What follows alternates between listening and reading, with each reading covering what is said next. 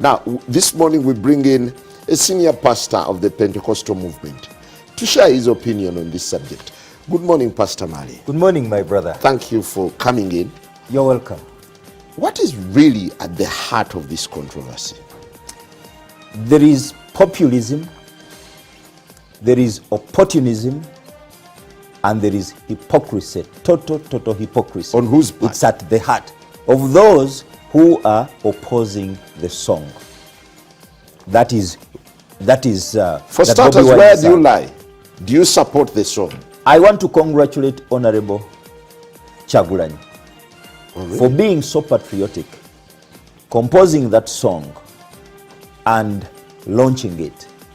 It resonates with the challenges that Ugandans, the ordinary Ugandans, face day to day.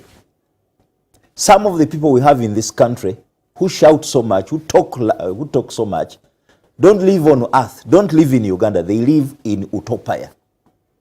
They don't know what the people down here face. Health, the broken down health care system, insecurity. You remember Susan Magara, murdered, killings. Then you look at the economy, which is totally broken down. People, businesses are starting, businesses are crumbling. We've had so many people who have died because of losing their business empires and their livelihood. We have fraud, massive fraud. Aren't you crossing on the part line? of the politicians? Because I would think, like President Museveni has always said, that you would be concentrating on the pulpit to preach unity, to preach peace, but now you seem to be going political. No. That is just trying to silence us. The Bible mandates me and mandates all the clerics out there to be the voice for the voiceless, the oppressed, the poor, the orphans, the widows, those who have no voice, who are being hurt but have no voice.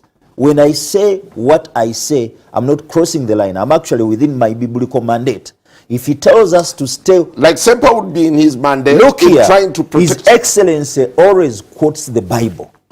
Where did he go for theology? Has he ever started a church? Has he ever been in ministry? But he always reads the scriptures for his political aspirations.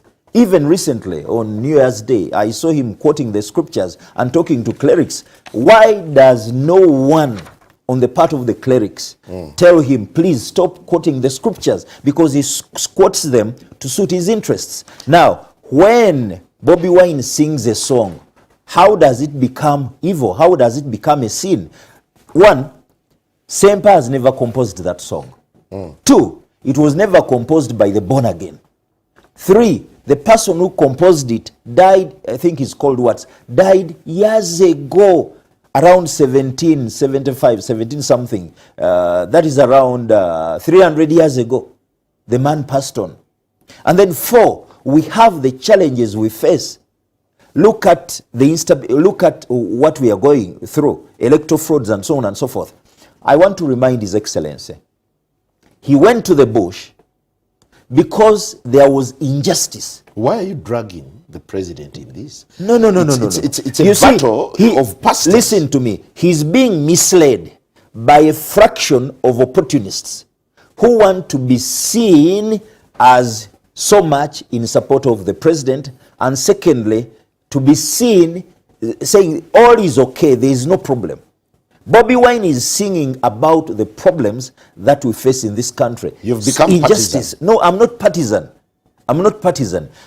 We have injustice. Where do you live? I'm a victim of injustice. I stood for victims of homosexuality, sodomized by Pastor Robert Kayanja. I got framed by the system. I'd rather we I don't got go convicted. You do what? I'd rather we don't go there. Okay. Yeah, I know you fear that area, but I don't fear it because it is plain. I'm a convict. I'm a convict and a victim of injustice in this country, in which President Museveni went to the bush to fight injustice. Help us understand. Okay. What is blasphemy? Blasphemy is saying or writing anything that is contrary to God. Actually, you demean the authority of God. So using a church song, a church hymn, for political reasons, isn't that blasphemous? Listen to me. Which is more blasphemous if we are going to categorize blasphemy? Using this, a politician quoting the Bible, quoting scriptures, just to drive his point home. The Bible is the sacred book.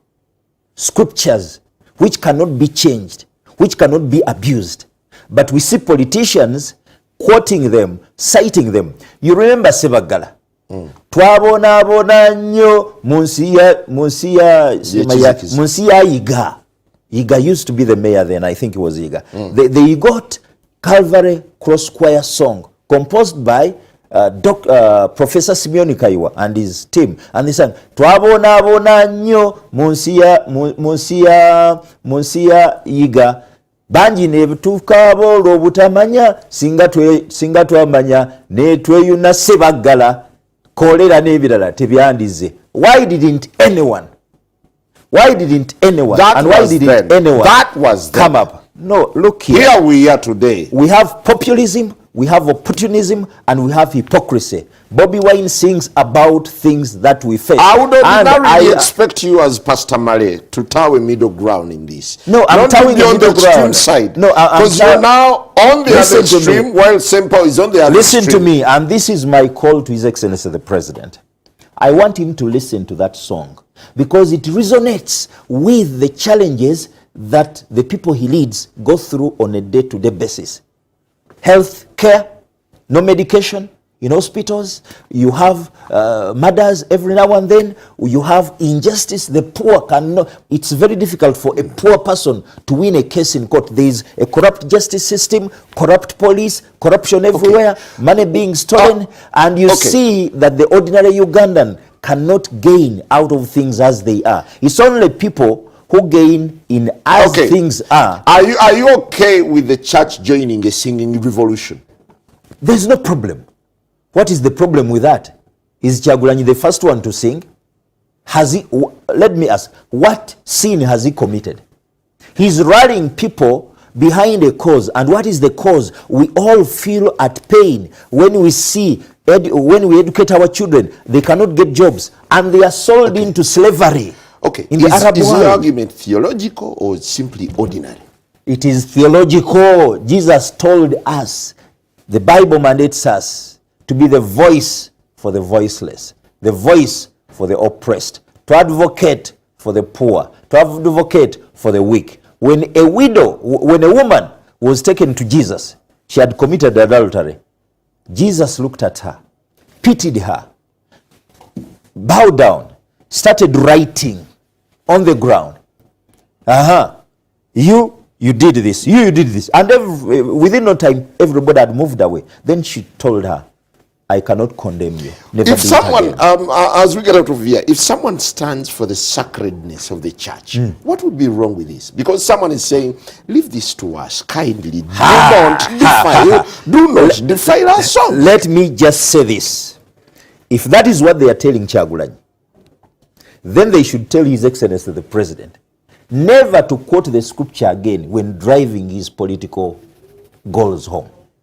And all these politicians, because we see politicians on day-to-day basis quoting the scriptures to justify what they want. Why shouldn't Kyagulanyi the common sing interpretation the song? now, as we get out of here, is that the old feud has now been rekindled.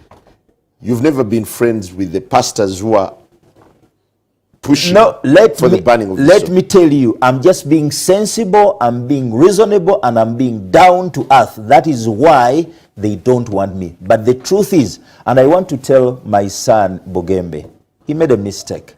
I think he was just too excited or populist. When he realizes that fire is coming out, then he says, no, I didn't even know that this had this. But the song has nothing like political, to my interpretation. The song is rallying us for patriotism. We need to fight corruption. We need to fight social injustice. You know what I stand for? I have victims of sodomy in my home. I'm catering for them. I'm going to courts. I'm going to police stations. I'm trying to see that people get justice. There is injustice everywhere. Why don't we stand and say, yes, I want to beg the president to listen to that song and not be misled by opportunists who want to eat from his hand and his pocket. Thank you, Pastor So that he Male, listens to for it your... and then works on the message, internalizes it, so that President Museveni, you can lead our country better. Well, you listen to that song. We want now to connect with the challenges. We want to of the connect with the masses. theologian, but this time he's not talking theology. He's talking an outbreak that's hit